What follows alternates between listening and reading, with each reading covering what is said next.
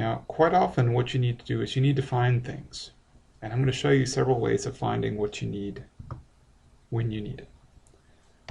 Now, the first example is going to show you where a certain command is.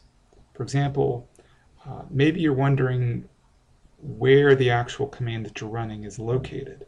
This is helpful when you've got multiple commands of the same name in the path.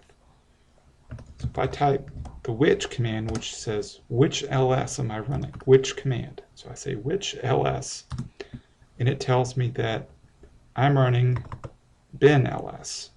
It also tells me I'm using an alias, so my alias is actually taking precedence. If I type which cat, then it shows me that the command cat is located in /bin/cat. Now, quite often you want to find things by name.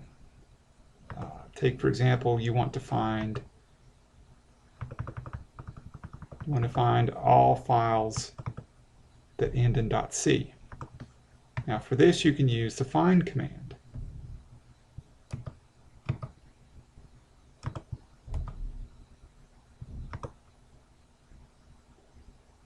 So what this says is run the command find in the current folder. Start looking in the current folder, which is what the dot means.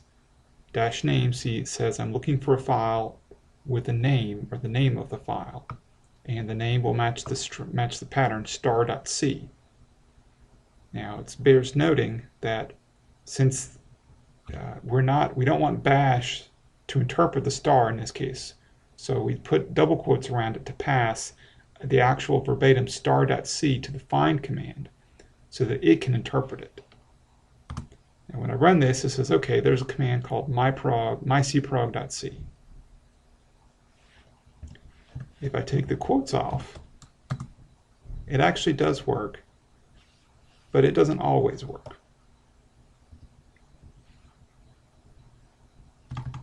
For example, if I do file star, it gives me an error. So in this case, it was trying to bash expanded file star to file 1 and file 2, which are currently in my folder. If I put these quotes around them, things actually work as expected. And find takes the standard wildcards that would be accepted at the bash prompt. So there's no need to learn anything new or weird there. The period can be replaced with any path name. I could say find folder 1, and it would only show me the files that are located in folder 1. Now it bears mentioning that find does not actually look inside the contents of files. It's simply looking for matches on metadata, things like the name of the file, the size of the file. Now if you want to find what's in the contents of the file, for example, you don't remember what the file name was, but you remember that it had a certain string in it, that's what grep is there for. So in this case, there's a couple things you can do. Now if you know the file name, you can actually paste it on the command line. But another useful thing is, say you had some program output, or say you had a big list of a big data file that you didn't want to have to sort through. You know the string is in there, but you don't know where. So for example, let's just look at the file called myfile. And we see that it has 4 lines, 1, 2, 3, and the second line is this is my string to find. Now if I run grep mystring, myfile, this says run the command grep, which searches for the string called mystring and the command in the file called myfile.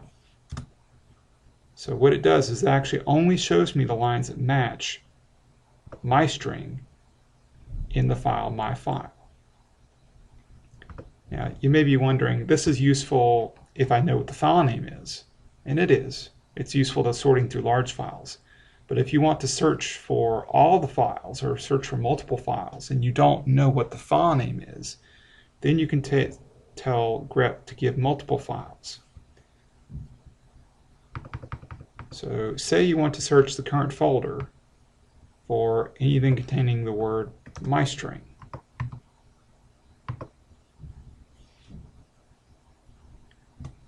In this case, you do grep-r, which says recursively search into subfolders.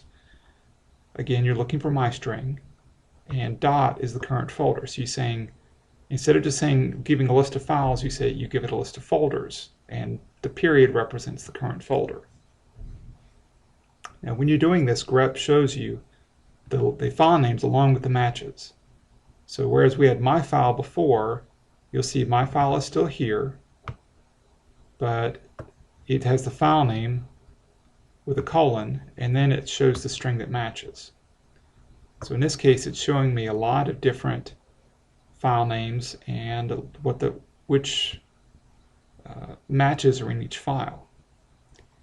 And now, quite often what you don't know is the exact capitalization. So if we redo our string, now let's say I wanted to look for my string with capital S, and we notice that it doesn't match, it doesn't find anything.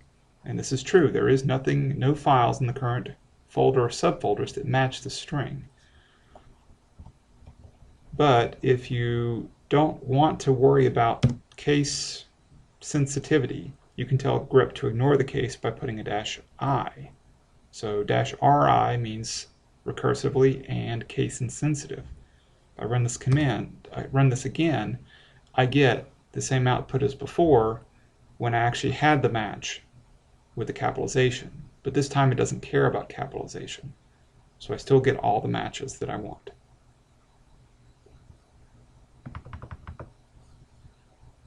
Now, grep is very powerful, and it's even more powerful when you start combining it with other commands.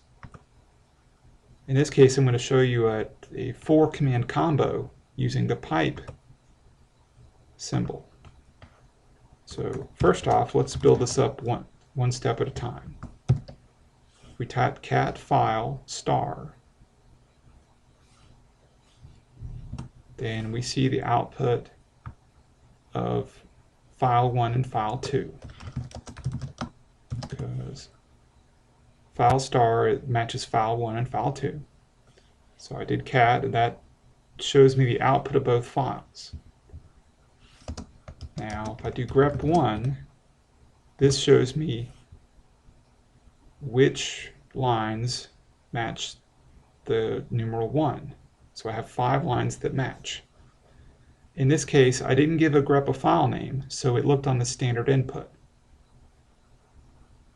So I have 5 matches. Now I can do this again, and I can sort them. So pipe, and then give the command to sort, which just does a lexical or alphabetic sort. And that's nice, but now I want to see unique entries, so I don't show me any duplicates. Unique requires that duplicates be adjacent, which is why I had to do the sort before the unique. In this case, it says, okay, these are the unique entries. Well, what if I want to see the count of each of the unique entries? So if I put -c on the end, it shows me that there are 2 matches for the number 1, 2 matches for the number 10, and 1 match for the number 11. I use commands similar to these very often because I need to give me a summary of how many times I have matches of something. Let's say you have a data file, or you have let's say you have a data file and you have multiple entries, and you want to see how many unique entries are there, how many times do they occur. So this is a very quick and rough way of doing very rudimentary data analysis. But it's also very powerful, and you don't have to open up another command to do it.